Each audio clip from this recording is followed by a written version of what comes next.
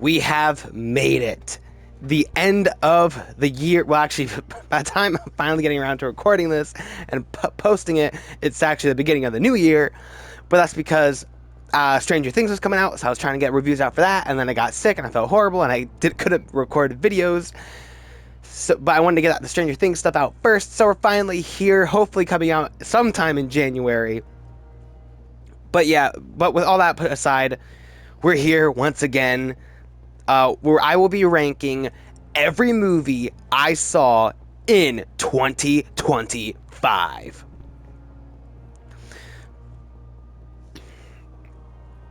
And what's funny is last year I only saw 27 movies, 23 movies. So that video ended up being 2 parts. Well, I went way overboard this time around, and I saw in total 54 movies. So this will most likely be 3 parts. Maybe I changed my mind while recording or in the editing process. But at this time right now, my plan is for 3 parts. Part 1 being pretty much the bottom half of the list, 54 to 31. So let's get started and start talking about all the movies that I saw this year. Starting off at the very bottom, the worst movie of 2025 is easily War of the Worlds. And I mean, what else is there to say about this movie? I probably shouldn't have even watched this movie, but people kept saying how horrible it was that I really wanted to check it out for myself. Be like, is it really possible for a movie to be as bad as people are saying this movie is? And let me just say, yes, it is. It is very possible for a movie to be that bad, because this movie is. I don't even have much more to say about it. But the sad thing is, I don't even find it so bad it's entertaining, like some of the other movies that we will discuss on this list. It's just like boring and bad. It's just like the actors don't seem like they care about the product they're making. This isn't even a movie. This is a hour and a half or however long it is Amazon commercial, because I swear Amazon saves the day in this movie. I'm not lying to you. Amazon saves the day, and it's just horrible. It's horrible. Poor Roderick, man. He's in this movie from Diary of a Wimpy Kid. How the downgrade. I'm so sorry, Roderick. I don't actually know the actor's real name. This movie is easily the worst movie of the year. Now, maybe I'm cheating because this is a streaming movie, so we could say that the next one, which is theatrical, is actually the worst movie of the year, if you want to pretend that streaming movies aren't real movies, and I don't blame you, because I'm someone who's always like, movies should be released theatrically. They should not be dropped straight to streaming. I think that is dumb. The movies should be straight to streaming, and when we get to the top 10 and top 25, there's a couple of movies on there that I'm actually upset that didn't go to theaters. But then I see a movie like War of the Worlds, and I'm reminded, oh yeah, this is why we have streaming movies, because ain't no way anybody was spending money to see this in a theater, and if they did, I would probably want my money back. So, yeah, that's all I got to say about this movie. So, moving on. Next up, at number 53, I got Shadow Force. A movie that I don't think anybody else has seen besides me, because I don't see anybody talking about it anywhere. And it's really just a generic action film that just isn't great. There's some not great dialogue. The action isn't as entertaining as I would have hoped. It's honestly kind of boring at times. And I didn't really get invested in any of the characters. However, I will say I did find the third act kind of fun, and it felt very like Call of Duty-ish. The third act here, but not enough for me to really enjoy it. And admittedly, it's hard for me to even remember much of this movie because I saw all the back at the beginning of the year when it came out, and I have not rewatched it since because I don't want to. So, yeah, all right. Let's just move on to number 52. That being Snow White. Another movie that a lot of people seem to agree did not like. And it says here, because I'm looking at the Letterboxd description here, directed by Mark Webb. That makes me so sad. Mark Webb directed the Amazing Spider-Man movies, which I like. I know not a lot of people do, but I do. That's kind of sad. But yeah, it's a shame because I feel like this movie did have potential. Because I know there's a lot of people who are like very anti-Disney live action remakes. And to be honest with you, I feel like more recently I've started to understand, because now they're starting to remake the movies that I'm nostalgic for. How to Train Your Dragon, which we'll talk about in the future of videos. and they're in the production of a Tangled live action remake, which is another one that I love and have nostalgia for. So I'm starting to understand more and more those people. But like, even when Snow White was announced as live action remake, I was like, that's fine. They might have a good idea here. And then I watched it, and sadly, I was just bored. Like, I couldn't help but want to be on my phone while watching this. I didn't watch it in the theater. I watched this one at home, which may have made it worse. But I was just bored. I wanted to get on my phone throughout it, and I just didn't find anything very entertaining about it. I thought the Seven Dwarves just looked too unnatural, and what they brought in, they have both the Seven Dwarves and they have like these group of hunters. And for those of you who don't know, they actually, because I don't even fully know the whole story because it's been so long ago, but like, they were going to abandon the Seven Dwarves and do this group of hunters for some reason, and then I guess there was a lot of kickbacks, so they decided to add in the dwarves. So it kind of just feels like we have these two groups of people that shouldn't be in this movie. Like, it feels like they couldn't decide which way to go with, so they just threw them both in here. I'm just like, why? I don't think we need both of them. People make fun of Gal Gadot's acting in this, and it's not the best, I'll say that. So yeah, this movie I didn't find very entertaining, nor will I ever go back to it. So yeah. All right, next up at number 51, I got Happy Gilmore 2. Now, when it comes to the first Happy Gilmore, I don't have any nostalgia for it. I actually watched it the same day I watched Happy Gilmore 2. But, you know, an Adam Sandler comedy could be funny. And I didn't like it, to be honest with you. I didn't find it funny. I think that's the problem. And I enjoyed the first Happy Gilmore. I saw the first Happy Gilmore. I laughed a couple times. I really enjoyed it. This one, I did not. I feel like the plot just goes a bit too crazy for what this movie is trying to be, with like the extreme golf stuff. It feels like they're just doing cameo after cameo after cameo of big celebrities for no reason. Just because, hey, I'm friends with this celebrity, so let's put them in this movie. Which, I mean, I know that's been an Adam Sandler thing, but to me, this movie almost does it too much. And that's weird because I don't normally have a problem with it, because I feel like other Adam Sandler movies also do this too, but I don't have a problem with it for some reason. Maybe it's just too many in this one. Because, like, we got Travis Kelce, obviously Eagles fan, so I didn't like that at all. But, you know, and then I'm a wrestling fan. We got Becky Lynch in this thing. But to me, it's just like, why is she there? I don't, there's no need.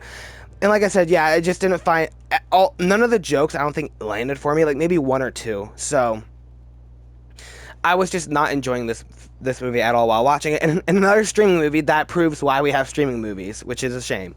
Moving in to number 50, the top 50, yay, is one that it actually kind of hurts that it's this slow. Because that's Captain America Brave New World. I am so sad that an MCU movie is this low. Technically the bottom 10. It might hurt worse that I was hoping and expecting something great, and I thought the trailers going into this were great. So I was really looking forward to this. I was like, yes, here we go, we're back. We're starting our streak going with Deadpool and Wolverine being my movie of the year last year. We're gonna go into this political spy thriller that's gonna feel like Winter Soldier, and we're gonna go into to pave the way for Doomsday. And it just was, again, a word I feel like I'm using a lot for these bottom couple movies, boring. Now, I think it has its moments. There are certain action scenes I find cool, like the action scene at the giant Sentinel. Sentinel? That's the wrong giant Marvel creature. Celestial, that's the right giant Marvel creature. And I enjoyed the final battle with Red Hulk, but there's just, so much of it just felt boring. Like, it didn't feel thrilling like I was hoping it would. And also, and like I said this before, that end credit scene is just bad. Like, it's just like the leader is just like, oh, by the way, something is coming. And we're just like, yeah, we know because we pay attention to movie announcements. And how do you know about this? That makes no sense whatsoever. And speaking of the leader, I feel like he was very misused. He could have been this threatening, menacing villain who's always 10 steps ahead because of how smart he is, and he didn't feel that way at all. And they tried to make him like 10 steps ahead because he's so smart, but I didn't feel that at all. So, yeah. It really hurts having an MCU movie this slow, guys. I love the MCU. I love comic book movies. It's like my favorite genre. So it really does pain me to have a Marvel movie this slow. It makes me so sad. But I have not rewatched it since it was in theaters. So and I don't really want to rewatch it anytime soon. I probably will, because I want to rewatch the movies leading up to Doomsday, but I'm not looking forward when I get to this one. Anyway, let's move on to number 49, that being Heads of State. This is another streaming movie that, again, feels like a streaming movie, but I think it's enjoyable. We got John Cena, we got Idris Elba.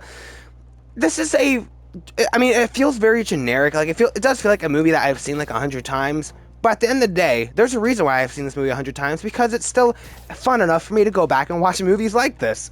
So, I enjoyed it. What, am I going to watch it again? No. Is it one I want to own on Blu-ray or 4K? No.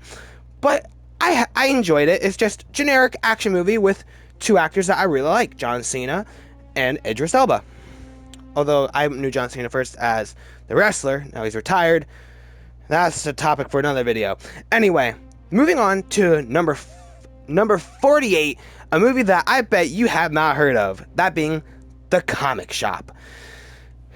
Now, this is definitely like a very small budget, indie-like movie. I don't actually know who made this. I don't even remember the studio that produced it. But I remember I was invited over to someone's house, and they were like, let's watch this movie. I was like, all right, let's watch it. We watched it, and it was enjoyable. I enjoyed it. Obviously, big comic book fan. Love going to comic book shops. It is so fun. I love it. So there's a lot of stuff in this movie that I did really get enjoyment out of, being a comic book fan who loves going to comic book shops. But at the end of the day, it's also just, it's just, you could tell it's like made by, I don't like criticizing this movie, because you could tell that it's not made by like the top tier. Like the director ain't Christopher Nolan. We don't got Robert Downey Jr. starring in this thing, but it's still enjoyable. It's almost unfair to rank it in here because of all of the big budget movies that are in this list. But this is a very enjoyable film, and I would say that if you have an interest in it, go seek it out, just because it may be low on this list, but just because, you know, you're supporting like smaller filmmakers. So, and it was enjoyable. I got enjoyment out of it. It's just, I don't know if I'll be rewatching this one anytime soon, but that's not necessarily a bad thing. So yeah, I feel like I should mention that we've gotten to the point too where I don't dislike any of these movies. I feel like that kind of stopped at number 50 with Captain America. Everything up, I do have at least a little bit of enjoyment of, just not enough to be like, yes, I love this movie. So, and that continues with number 47, a Minecraft movie. Now, I told you how War of the Worlds was not so bad, it's enjoyable. Minecraft movie is. This is not a great movie. The story had, I think the story actually had potential to be something awesome. I really enjoyed, like, we have Emma Myers, Enid in here, and she's the older sister to this other boy. Their parents are gone, so she has to grow up quickly and raise her brother. And I think they could have told this really sweet story about this sister who's trying to raise her brother and trying to support herself and her brother, despite the fact that she may be legally an adult, but she's still very young, but she's still trying to support herself and her brother. I think we could have had a very sweet story in there, even with the whole Minecraft world in there. Like, I think that this could have been like a very sweet story, and then we could have had something like, oh no, her brother went missing. Where is he? He's in this Minecraft world, so she goes in to try to get him because she has to protect him.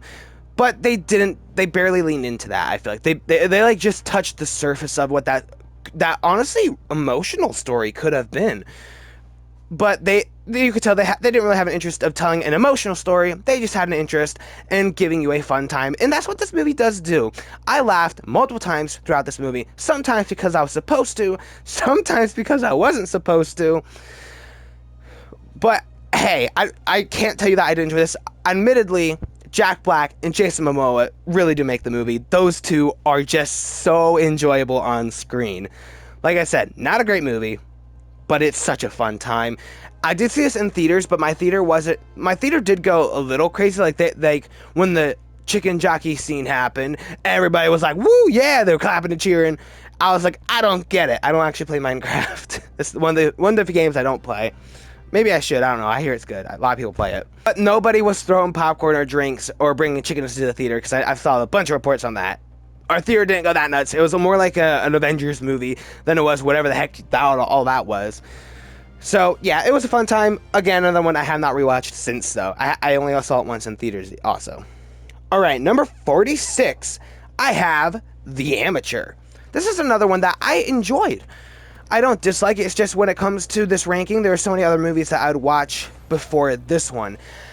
I really liked our main character here, and I think that helps with what is his name? Rami Malek. I hope I said his name right. I think he's just very likable, and it kind of is this simple revenge storyline. I think it could have done a bit more, just because I think that the idea of this guy who doesn't do field work. He's a guy who's on the computer. He does all this smart stuff, but he wants to go on this revenge quest to kill the guy who killed his wife.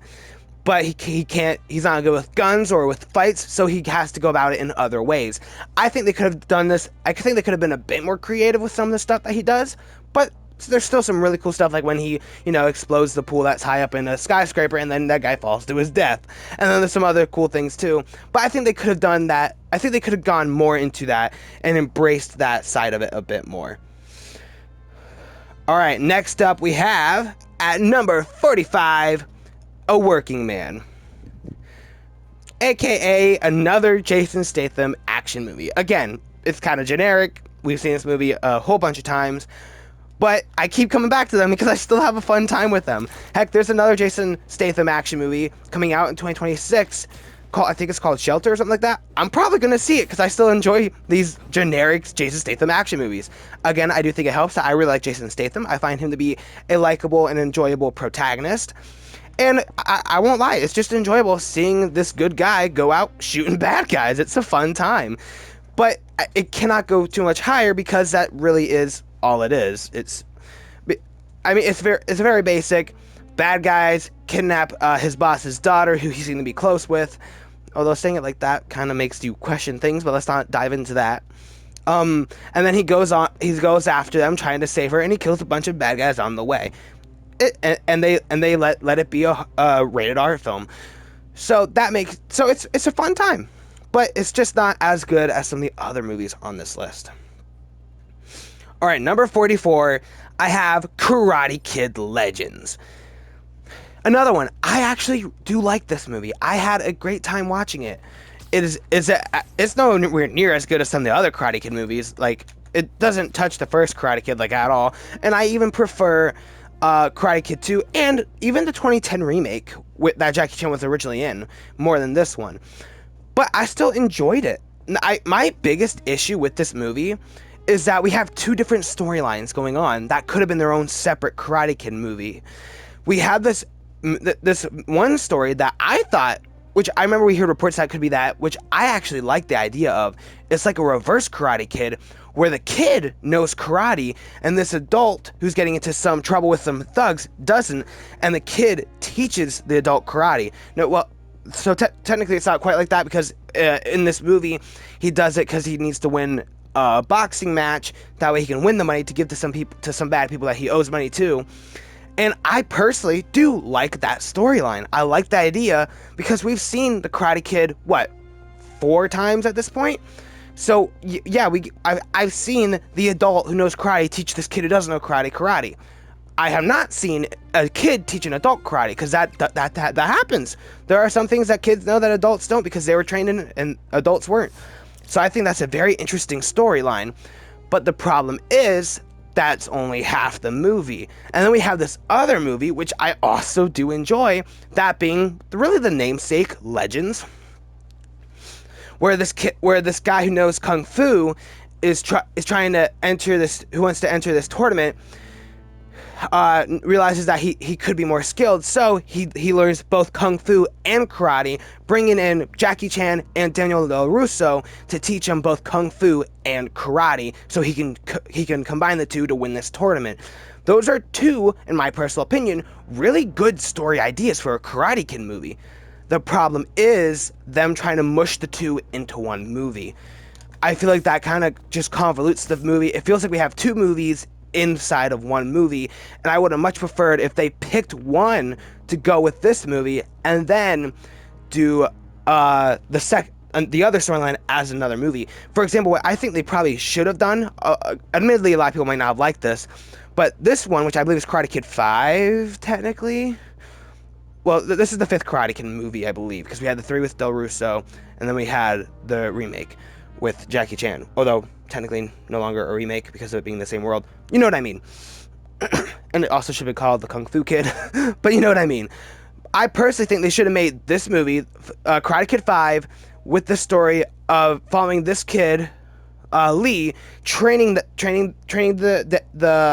oh, what's his, I forget his name, the guy in the pizza shop's, the guy in the pizza shop karate, so he can win his boxing match, and let that be this movie, and give us a sequel where Lee is still the main character, but now it feels like a big crossover because we have Lee, our main character from the previous film, Del Russo, our main character from the first 3 films, and Jackie Chan, the character who teaches in the 2010 film.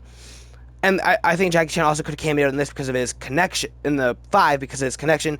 Although, now I'm just giving you like a pitch on how they should have did this Karate Kid movie as 2 movies, instead of telling you my ranking of it. But, so, yeah, that's my problem with it. We had 2 great ideas for a Karate Kid story, but we mushed them together. And it kind of got convoluted, and also just not as memorable because of it. Although, admittedly, looking at like the next couple entries on this list, I kind of wish I would have put Karate Kid up a couple of spots. Not many, but a couple. But, oh well, it is where it is.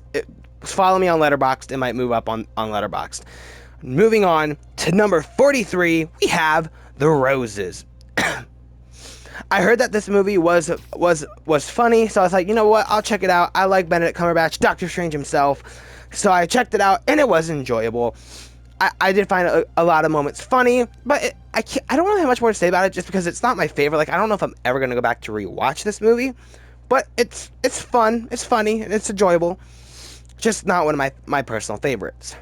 Okay, next up at 42, I have one that is, I'm gonna get probably a lot of hate from people who are like the people who are big into like cinema and like Oscar movies are gonna be like, what the heck is wrong with you? And then people who are like only into blockbusters are gonna be like, what the heck is this movie? Because at 42, I have sentimental value. Hear me out. A lot of people are gonna get upset about this because a lot of people are like, this is a top 10 of the year. And yes, the basic story of it is good.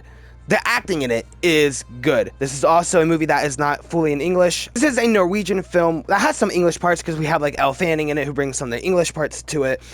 And yeah, the story is really, really a good story with this dad who kind of abandoned his kids after the mom's passing, or they split. I don't remember. I might be messing that up.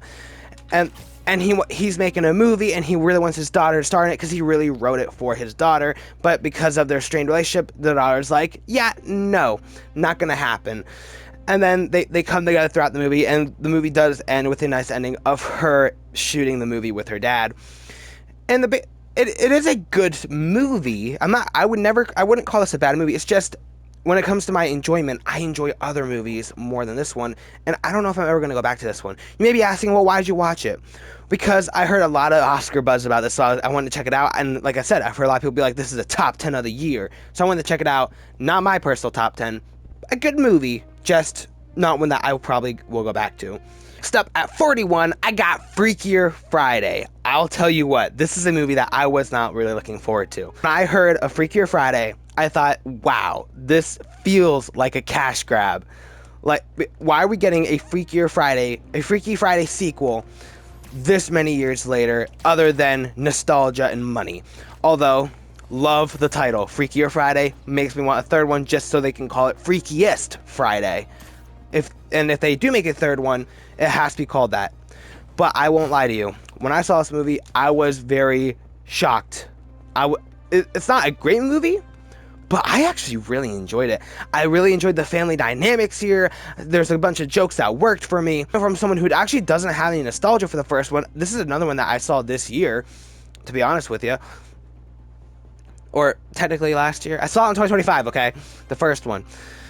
And I really enjoyed that first one. And then this one, I also really enjoyed. It's not as good as the first, and it's not like one of the best movies of the year. It does have problems. There's some cringy moments. There's some not great dialogue. But at the end of the day, I think it is a really enjoyable movie for the whole family. Like, I take your family to see. Well, you can't take them on streaming now. So if you want to like a fun movie night with the whole family, this is one that I think you should check out. Just because I think it could be a good time. Maybe you won't enjoy it, but I did. Right now, bringing us into the top 40, I got The Housemaid. Now, first of all, don't judge me here. The trailers did it. They hooked me on it, and I even heard from someone that they thought it was really good. So I was like, you know what? I'll check this movie out. And I really enjoyed it. I thought it was an enjoyable time. Again, nowhere near like my favorite movie. And I could have put my finger on what this movie kind of reminded me of. And then I heard it. Someone said this is like a hard R Hallmark movie. And I was like, yep, there it is. That's what this is. And I don't like Hallmark movies, but I'll tell you what, apparently, if they're hard R, I might get some enjoyment out of it. That sounded, for the violence, by the way, I just want to point that out there. Well, I mean, that's not the only reason why it's rated R. If you've seen this movie, you know the other reasons why it's rated R. Oh my gosh, I did not know there was that much of that in this movie. I knew there was some of it, but oh my gosh, there was a lot in this movie. But I meant violence-wise. I also really enjoyed the twist and the thrills in here. And the question, like, who is crazy? Is it Sydney Sweeney or is it Amanda Seinfeld? Who is crazy? And then they give you the big twist at the end, which I won't spoil here. And even though I didn't see it coming right away, too. It took me about, halfway through the movie before I was like, wait, what if this is the twist? And guess what? I was right. But still, I didn't figure it out till halfway through the movie. So I thought this was really enjoyable. I heard they're making a sequel. Will I watch a sequel? To be honest with you, I don't know. It depends on if I hear if it's good and if the trailers hook me like the trailers for this did. So, but yeah, I really enjoyed this more than I thought I would. Not great, but definitely a fun time for adults. Don't let kids watch this. No, like no one under 18 should be watching this movie. But a fun time. Speaking of fun time, that a movie that's not really great, number 39, Megan 2.0. This is another one where I actually was interested in the first Megan when it came out, but because of it being horror, and I'm not much of a horror person, I didn't watch it right away. I didn't watch it until they re-released it into theaters this year, because my opinion, movie theaters are the way to watch movies. 10 million times better than watching it at home. So when they re-released it in theaters, I was like, well, if I'm gonna watch these movies, I'm gonna watch them the right way. Went to see the re-release, and I loved it. I loved that first movie, and I'm not much of a horror fan, but I loved it. But I knew 2.0 wasn't gonna be horror; it was gonna be action comedy, and I watched it, and I really enjoyed it. I had such a fun time with this movie. It is not great. There's cringy moments. There's just moments that was like so insane and crazy that it's just like, why? For why? How? So it has its weakness. It's not like best movie ever, but with some of the jokes that do land, with some of the stuff that's funny that's not supposed to be funny, and with the action, I enjoyed it. And I do hope we get a third one. Whether they continue to go action comedy or they go back to horror, I'd be fine with either. I do think they should have kept the horror. I don't know if it was a really good idea to go action comedy. Maybe lean more into the action comedy, but like there was like no horror in this whatsoever. They didn't hesitate on violence, which is good for a PG-13, which I thought was a good thing. But there is no horror in it. And I do think they should have kept that as a horror film, but maybe incorporated more action into it. Like maybe have a more action-packed finale or something. But at the end of the day, I'd be lying to you if I told you I didn't like this movie. Because I do like this movie. I really enjoyed it. The reason why it's so low is just because if you're asking me what movie do I want to rewatch, there's a couple other movies on this list that I would rewatch over it. So, there's that. Next up, number 38, I have Elio. I'm not gonna lie, it kind of hurts me to have a Pixar movie this low, especially a Pixar movie that I do like. I like Elio, and there is moments towards the end of the film that made me feel feels. It's just not enough, I guess. I can't even put my finger on it why this movie doesn't fully work, because like I like the characters, I like the heart, I like the story, I like the concept. But there's something about this movie that just doesn't fully work. It's very low on my Pixar ranking, which, I mean, isn't hard to do because Pixar has so many amazing films. And then on this list, too, it's just so much lower than I thought it would be, and even though I liked the movie. So that's kind of crazy to me. I'm not gonna lie. I wish it was higher, but it's not. And I can't even give you a good reason as to why it's so low. But apparently, I'm not alone because I've seen a bunch of other people too have it like very low or saying it's a disappointment. Which I'm not sure if I had to go that far, but yeah, kind of surprised. And I guess we'll have to see how Hoppers does, Pixar's next one. We'll see where that places on the 2026 list. Moving on to number 37, I have A Big, Bold, Beautiful Journey. This is a movie that I've heard the buzz. I've heard people say how they hate this movie, how it's terrible, how it's bad. However, I have heard the occasional, not many, but an occasional top 10 of the year. For me, I disagree with both. Not top 10 of the year, but definitely not bad, at least in my opinion. When I saw the trailer, I thought it was an interesting concept, exploring like the past, nostalgia, love, a bunch of these like topics. I thought, well, that could work. That might be enjoyable. And I checked it out. Missed it in theaters, so I checked it out at home, and I got some enjoyment out of it. First of all, Colin Farrell and Margot Robbie. You're telling me we got the Penguin and Harley Quinn in this thing? I'm there. I don't think they have as good chemistry as I would have liked, especially compared to another movie that I'm going to talk about in another video. But I really enjoyed like the basic concept. I think this movie could have been better. I don't think it fully lives up to the potential of the idea. But there are still some great moments. Like, there are some moments in this movie that I do think are really great and are even quite powerful. A lot of the moments have to do with Colin Farrell and his father in this movie. Like there's a scene in this movie, because they're going back to the past, where he finds his father in a hospital. He sits down with him, and his father's like, my wife's about to have a kid. I'm about to have a son, and he's like so nervous about it, especially because I forget exactly, but he was going to have some health issues, and it worried him. And this was one how his son found out about him having health issues, because he didn't really know about it. They just know they called him special. Now they know why. And this whole moment between them where he's like affirming, like, don't worry, you'll do good at this, you got this. Like, I'm not gonna lie, that was pretty powerful and even heart-wrenching, I thought. And there's even another scene too where later, because again he's going through the past, and he enters a scene after him as a kid was heartbroken after being turned down by a girl. Except he is his father in the scene, and he has to go and comfort his younger self as his father. And that sounds weird, I know, but surprisingly it worked and was also pretty emotional. And the other moment that has to do with Margot Robbie's character that I thought was really good was we know that they explained that her mom died, and she wasn't there when her mom died, despite the fact that her mom was always there for her. Instead, she was off with the principal doing things that you should be doing with the principal. Or was it teacher? I think it was professor, my bad.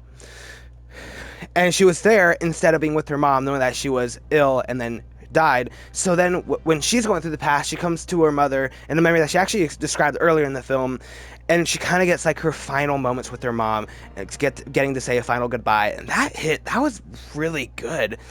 The problem is, the reason why the movie is so low is because aside from those moments, the rest of the movie didn't bring that like I thought it was. Like, I saw trailers, I did think that, oh, this is probably gonna be like a very powerful movie where there's probably gonna be so many tear-jerking moments. And although I feel like the movie did try to be tear-jerking throughout the whole thing, I really do feel like only those 3 moments were that like powerful, and they were really good. They were really well done, but not as good as I was expecting, if that makes sense. And I also do think the movie does have a bit of a pacing issue. I do think the movie is a bit slow and long.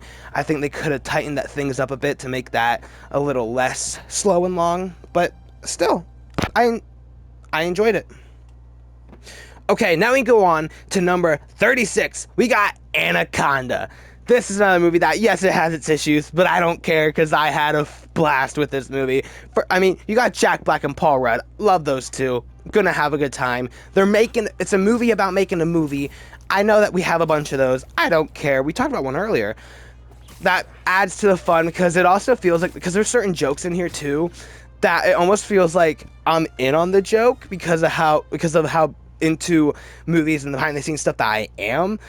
That almost like not everybody will probably get. And like there were a couple jokes too where I think I was the only one in the theater laughing. There was a couple people in the theater, and I think I was the only one laughing. So maybe maybe the joke went over their heads, or maybe I'm the only one who found it funny. Both are possible. But I had a great time with this movie. There's some fun action.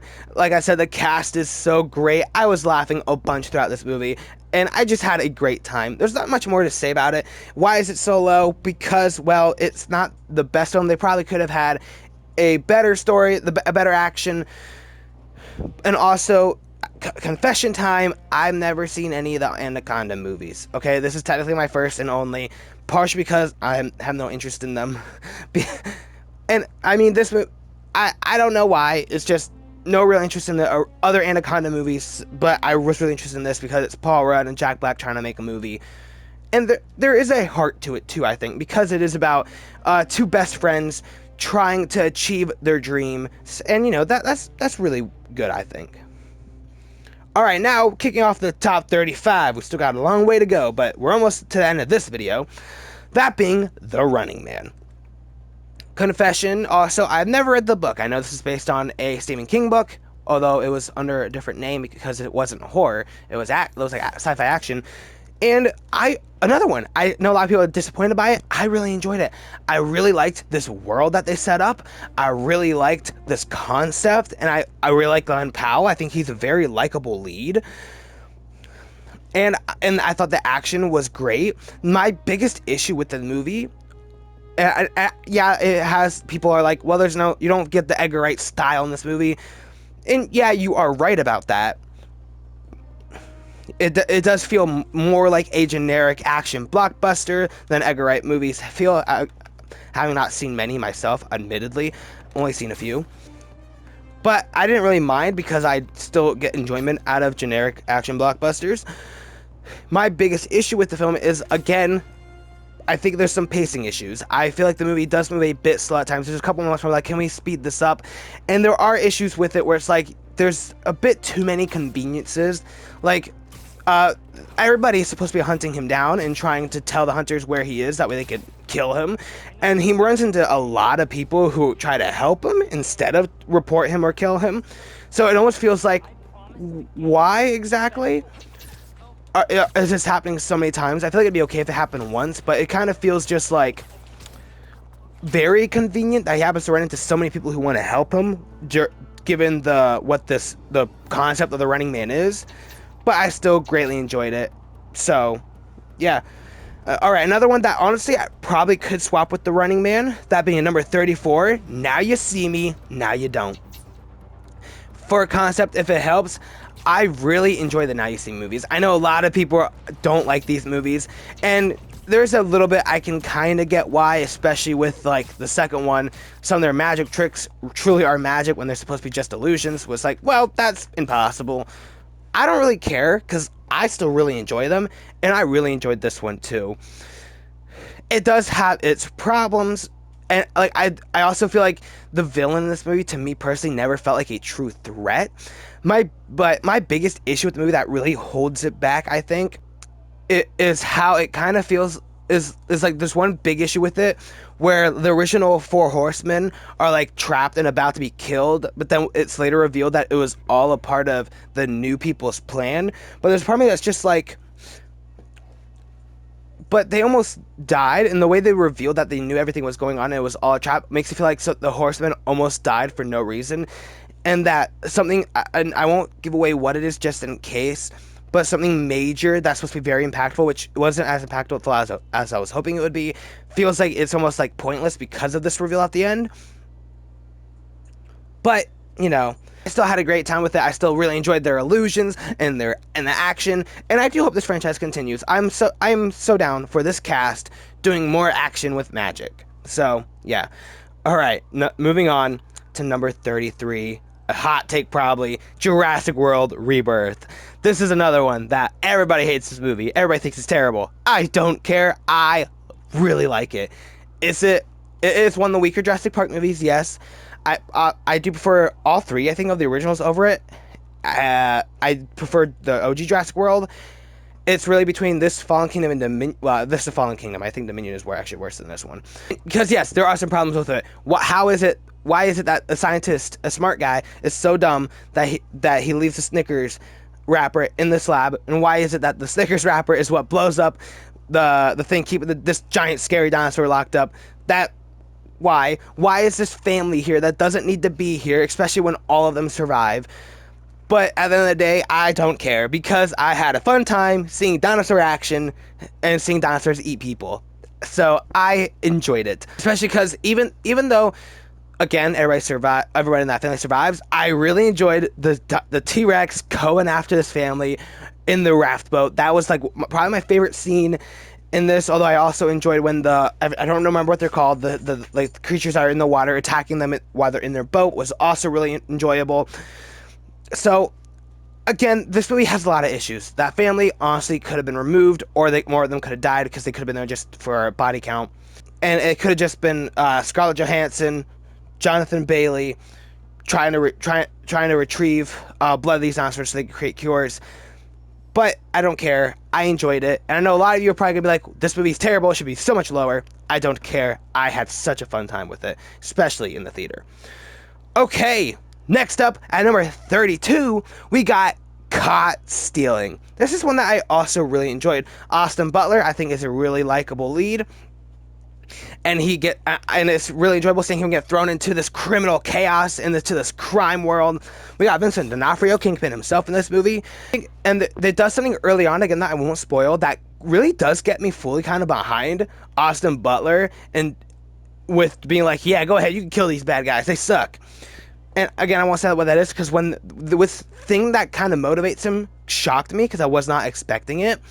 But when it happens, I was like, oh, I'm so behind Austin Butler now. Kill these guys, let's do this. And I even think it has a very satisfying ending too.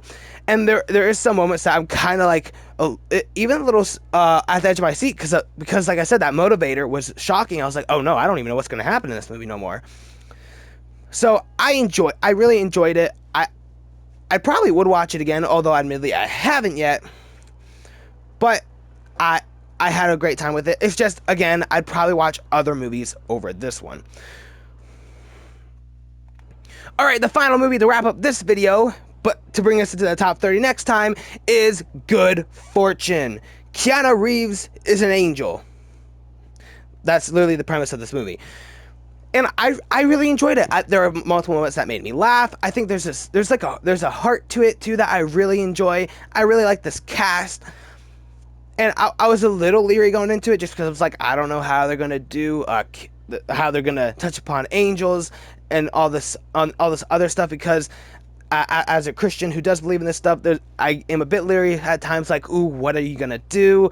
Especially because it's an R-rated comedy. I was a little worried that they might do some raunchy jokes towards angels, heaven, or anything like that. But no, it was actually like very like sweet and like good-hearted. And honestly, it's really only R-rated for the language. I don't even think the jokes in this movie are very raunchy either. I mean, like there's like one or two jokes that are kind of like raunchy, but even those jokes I feel like are more PG-13 raunchy, not even R-rated raunchy. So even then, I think if they could have just taken out the swearing, or not even the swearing, but the F-bombs, and this could have been PG-13. So yeah, I was very surprised by this movie, because I was a little leery. I was mainly interested because Keanu Reeves. I love Keanu Reeves.